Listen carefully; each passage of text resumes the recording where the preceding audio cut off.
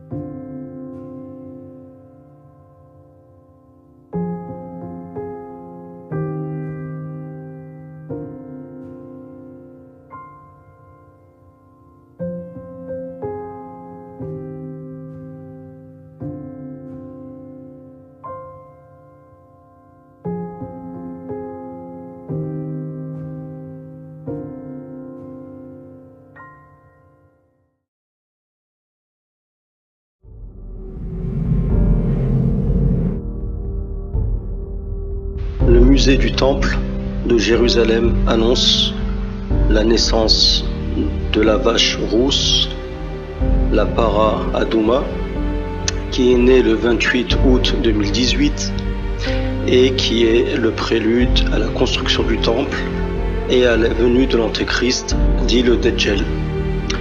Et la naissance de la vache rousse est un signe très important pour les Israélites et les Juifs pour que ce soit l'autorisation ou le signe de la construction du temple. Car pour construire le temple, il faut sacrifier selon l'ordre divin qui est rapporté dans le chapitre des Nombres, le sacrifice d'une vache rousse. Une vache rousse sans tache et sans défaut.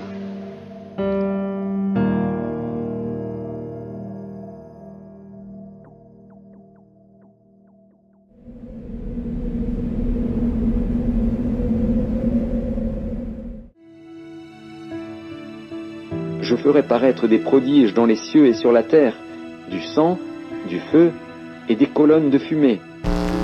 Le soleil se changera en ténèbres et la lune en sang, avant l'arrivée du jour de l'Éternel, de ce jour grand et terrible. Alors quiconque invoquera le nom de l'Éternel sera sauvé.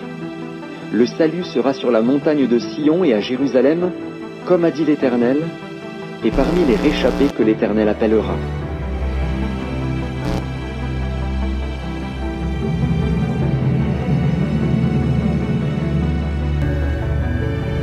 Je regardai, et quand il ouvrit le 6e sceau, il y eut un grand tremblement de terre. Le soleil devint noir comme un sac de crin, la lune entière devint comme du sang, et les étoiles du ciel tombèrent sur la terre, comme lorsqu'un figuier, secoué par un vent violent, jette ses figues vertes. Pourquoi elle est rouge comme ça? Alors ça c'est effectivement on pourrait se demander finalement elle est dans l'ombre de la Terre. Oui, on pourrait se dire qu'elle peut être bleue, enfin, c'est peut-être le reflet de la Terre bleu, non? Alors en fait c'est tout simplement la lumière de tous les couchers de soleil et de tous les levers de soleil simultanés sur la Terre qui se reflètent sur la Lune. En fait, c'est évidemment s'il n'y avait pas d'atmosphère sur Terre, eh bien la Lune serait complètement invisible, elle serait plongée dans l'ombre. Comme il y a une atmosphère de centaines de kilomètres d'altitude, évidemment partout sur la Terre, cette atmosphère joue un peu le rôle d'un prisme, c'est-à-dire que la lumière du Soleil en fait est déviée vers l'intérieur du cône d'ombre, un petit peu comme un prisme décompose la lumière ou les gouttes d'eau lorsqu'elles font un arc-en-ciel. Et donc c'est tout simplement cette partie réfractée. Qu'est-ce que ça veut dire réfractée? Ça veut dire que la lumière...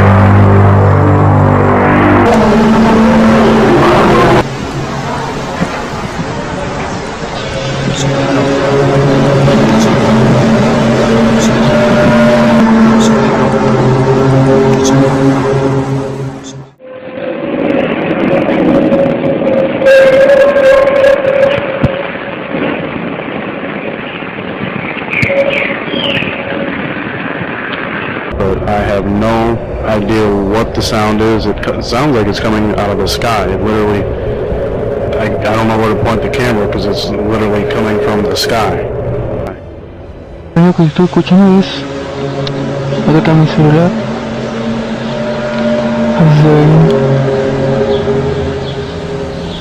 Son las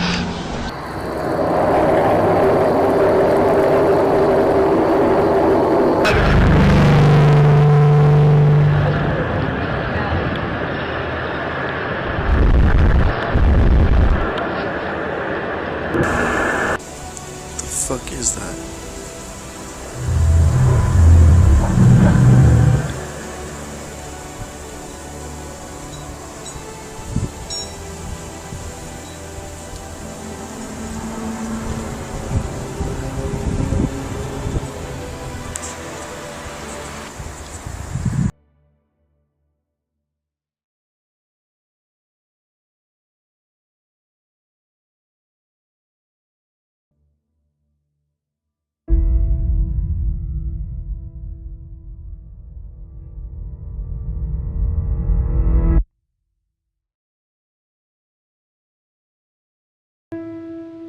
Bonjour à tous, j'espère que vous avez apprécié.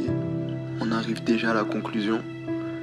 Pour être honnête avec vous, je voulais rajouter une troisième partie, mais je vais vous la garder pour le troisième épisode. Dans cet épisode, on a pu percevoir les signes sur la terre et dans le ciel. Alors, j'espère que vous avez découvert ou redécouvert des vérités et que Dieu a touché votre cœur. Les temps sont comptés et la grâce de Dieu sur la terre va bientôt disparaître. Alors si vous n'avez pas encore donné votre vie à Dieu, je vous invite à prier avec nous pour cette dernière et ultime partie de la vidéo. Encore un grand merci à vous tous qui partagez, qui regardez. Ça me fait vraiment plaisir et à très bientôt. Seigneur Jésus, je crois que tu es le Fils de Dieu et que tu es venu sur la terre il y a plus de 2000 ans. Je crois que tu es mort sur la croix et que tu as versé ton sang pour que je sois sauvé. Je crois que tu es ressuscité des morts et remonté aux cieux. Je crois que tu vas revenir sur terre. Jésus, je suis pécheur. Pardonne-moi mes péchés. Purifie-moi maintenant par ton précieux sang. Viens dans mon cœur. Sauve mon âme maintenant. Je te donne ma vie. Je te reçois maintenant comme mon sauveur, mon Seigneur et mon Dieu. Je t'appartiens pour toujours. Je te servirai et je te suivrai le reste de ma vie. À partir de maintenant, je n'appartiens qu'à toi. Je n'appartiens plus à ce monde, ni à l'ennemi de mon âme. Je suis à toi et je suis né de nouveau.